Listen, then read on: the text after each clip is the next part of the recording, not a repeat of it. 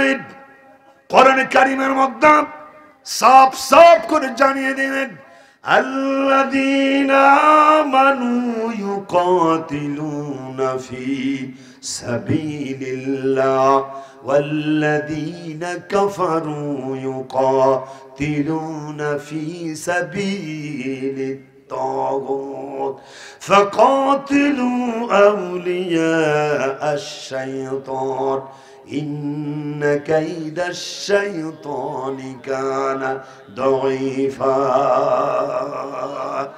ইমানদারদের আরেকটি কোয়ালিটি হলো তারা সংগ্রাম করবে, লড়াই করবে, লেখালেখি করবে, সাংবাদিকতার দায়িত্ব পালন করবে, রক্ত দেবে, অর্থ দেবে আল্লাহর দ্বীন কায়েমের জন্য। কথাটা ঠিক কিনা জোরে বলেন। আর যারা কাফের তারা লড়াই করে, সংগ্রাম করে, যুদ্ধ করে শয়তানকে প্রতিষ্ঠিত করার জন্য। সুতরাং আমার দেশে এমন তাগুত শক্তি বাংলাদেশে আছে না নাই?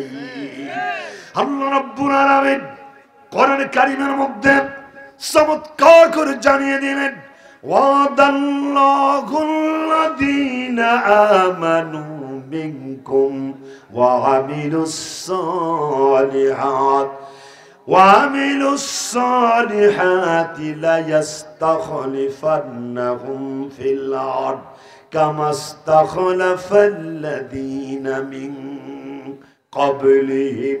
যারা নাকি ঈমানদার তারা যদি ঈমান আনে, সাহাবে একরাম নবীরা যেভাবে ঈমান এনেছে তাদের ঈমান যদি এমন হয় আর ভালো কাজ করে, আমি আল্লাহ তাআলা তাদের হাতে রাষ্ট্রীয় ক্ষমতা দিয়ে দেব। সুবহানাল্লাহ, সুবহানাল্লাহ বলতে পারলাম না।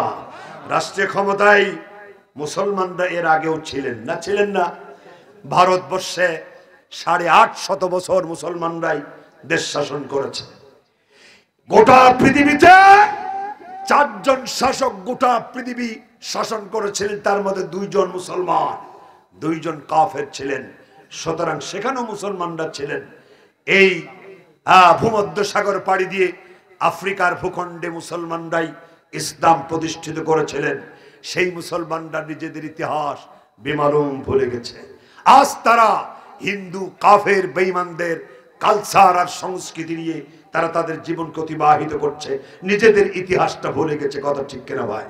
সম্মানিত ভাইরা, সুতরাং ঈমানদারদের লক্ষণ হচ্ছে তারা ঈমান আনবে, এবং সেই ঈমানের আরেকটি দাবি হচ্ছে কোরআনের আরেক জায়গায় আল্লাহ তাআলা বলছেন, আল্লাহ রাব্বুল আলামিন কোরআনে সাফ করে জানিয়ে দিলেন, ইন্নাল্লাহা আশতারা মিনাল মুমিনিনা আনফুসাহুম ওয়া আমওয়ালাহুম বিআন্না লাহুমুল জান্নাহ।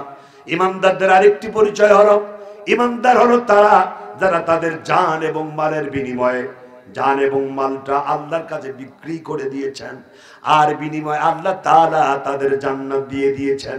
সুবহানাল্লাহ বলা যাবে নাকি? ঈমানদারদের কোয়ালিটি হচ্ছে, আমার জানের মালিক আল্লাহ, আমার মালের মালিক আল্লাহ, আমার জীবনের মালিক যেহেতু আল্লাহ, সুতরাং এই জীবনটা আমরা আল্লাহর জন্য খরচ করতে চাই। কথা ঠিক কিনা? এই জীবন আমি ইচ্ছে করলেই যেখানে সেখানে দিতে পারি না। জীবনটা শুধু আল্লাহর জন্যই বাজেট করতে হবে। যদি আমি 1 ঘন্টা বাঁচতে চাই আল্লাহকে খুশি করার জন্য, আমি যদি মরতে চাই, শহীদ হতে চাই, সেটাও হবে আল্লাহর জন্য। কথা ঠিক কিনা ভাই? আমার প্রিয় ভাইরা, শেষ কথা বলতে চাই, আমরা আসিয়ার নাম শুনেছি। ফেরাউনের স্ত্রী আসিয়া, তিনি ফেরাউনকে রব বলে মানতে পারেন নাই। কোরআন সে কথা কোট করেছে। যখন ফেরাউনকে তিনি রব বলে না মেনে আল্লাহর পর তার আস্থার বিশ্বাসটা পাহাড় হয়ে থাকলো, তখন ফেরাউনের আরেকজন বন্ধু, তার স্ত্রীও তিনি ঈমান এনেছিলেন। সেই বন্ধুর স্ত্রী তিনিও ঈমান এনেছিলেন। তার কলিজার টুকরো সন্তানকে উত্তপ্ত তেলের কড়াইয়ের উপরে ছেড়ে দেওয়া হলো। তারপরও তিনি ঈমান ত্যাগ করেন নাই। এরপরে তার মাকেও তেলের কড়াইয়ের উপরে ছেড়ে দেওয়া হলো, তারা শহীদ হয়ে গেল। তার সন্তান যখন তেলের উপরে যখন ভাসমান, তখন তার মাকে তিনি ইশারা করে বলতে চাচ্ছেন, আম্মা আমার জন্য তেলের কড়াইকে আল্লাহ জান্নাতের বাগানে পরিণত করে দিয়েছেন। সুবহানাল্লাহ। ফেরাউনের স্ত্রীও ফেরাউনের প্রতি ঈমান না আনার কারণে তার সমস্ত শরীর থেকে চামড়া খুলে নেওয়া হলো, শরীরের সমস্ত জায়গায় পেরেক পোঁতা হলো এবং তাকে উলঙ্গ করে তক্তার উপর শুয়ে দেওয়া হলো। ফেরাউনের স্ত্রী নাম তার আসিয়া। এ সময় তিনি আল্লাহর কাছে একটা দোয়া করেছিলেন, আল্লাহ তোমার কাছে আমার জন্য একটা জান্নাতের মধ্যে একটা ঘর বানিয়ে দিও। সুবহানাল্লাহ বললেন না? আল্লাহ তার সামনে জান্নাতের একটি পিকচার, একটি ছবি, পিকচার এন্ড ফিকচার তার সামনে এভাবে তুলে ধরলেন এবং তিনি জান্নাতের সেই দৃশ্য দেখতে দেখতেই তিনি শাহাদাত বরণ করলেন। এরপরেও এক চুল পরিমাণ ঈমান থেকে দূরে সরে যায় না। প্রিয় ভাইরা,